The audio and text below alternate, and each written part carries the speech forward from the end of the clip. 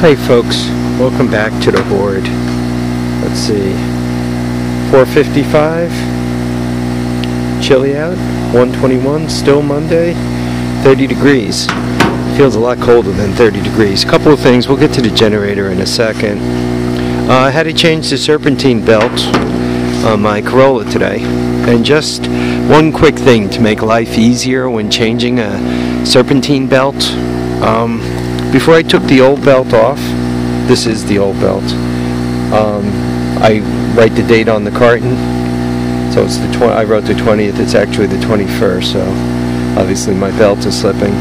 Then I draw a little diagram of what the whole thing looks like, label them: AC, idle, alternator, power steering, the crank, and there's the tensioner. To change this belt, I actually used the serpentine belt changing kit from Harbor Freight and broke the handle, the 3/8 handle. Also, I needed a 19mm to do a 2005 Corolla, and they didn't have 19, they stopped at 18. So those two things were annoying, but I guess that kit was completely useless thinking about it. So don't buy the Harbor Freight belt changing kit. But once again, to make life easier when changing a belt, draw a diagram. I recommend saving the old belt, putting it in the package, throwing it in your trunk, because should you throw the belt or shred the belt, now you have at least something to get home with, and you have a diagram to put it back on. The Corolla does not have a belt under the hood. Well, it's already getting colder. I don't know if you guys could tell, but it's just starting to snow. Anyway, so the generator test. This particular test, I put 2 cups of gasoline in it at 420, fired it up, let it run for a little while, about 3 minutes, put 50 watts on it. There's the voltage.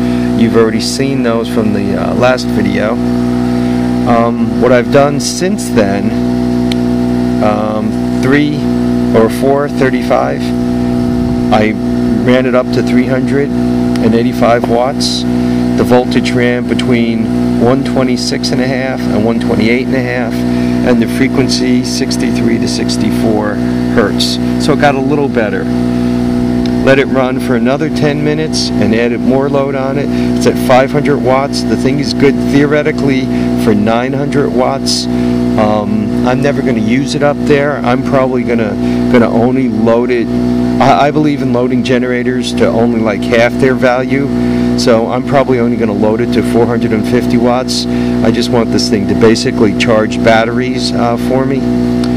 So I'm just going to, put a battery charger on it and use it to probably charge like a solar installation should the sun be out. But anyway, so 455, 390 watts. The voltage went down 117.1 to 118.7, so the voltage tightened up, and the frequency tightened up a bit too. My guess is at about 500 watts, maybe 5 1/4, 550. The frequency will be more or less right on. The voltage will be just slightly low. This is what it looks like with 500 watts going. I got one light off the front of the cart, and obviously those others.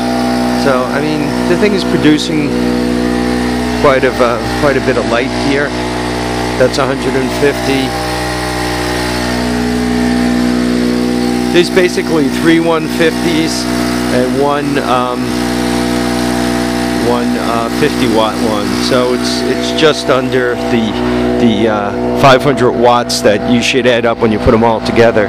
Obviously, electric light bulbs aren't exact, right? They're built in a factory, and anywhere close, give or take a few watts, that brings them in. But there we are. Oh, it's actually getting colder. It must be warmer over there by the generator. Anyway, this test has been going on for 40 minutes now. Well, actually under load for just under 40 minutes on 2 cups of gasoline. I am a little curious to how far this thing will go on gas. The first cup, I just put 1 cup in there the first cup of gasoline lasted like 25 minutes, just under a half hour. And this is loaded heavier, and I'm already up to 40 minutes. Yeah, just about 40 minutes actually. I've been timing it on this clock. So let's check this one. Oops, there we are. So if you look at this one, you could see it's all of 40 minutes. So if it's using, if it's using 4 cups, a cup for 20 minutes, call it 4 cups for an hour. My little light went on over here. 4 cups in an hour, which is a quart an hour, which is a gallon every 4 hours. It's doing probably a little better than that. That's not bad. I was hoping it would do better than anyway. I have to see how many cups there are in a quart. I know there are 4 quarts in a gallon, but I got to look up how many cups are in a quart. Just in my mind's eye, as I'm stacking up 4 cups, I think that's what a quart is. So anyway, folks, knock 'em dead. We'll catch up on the next episode of The Horde. Bye.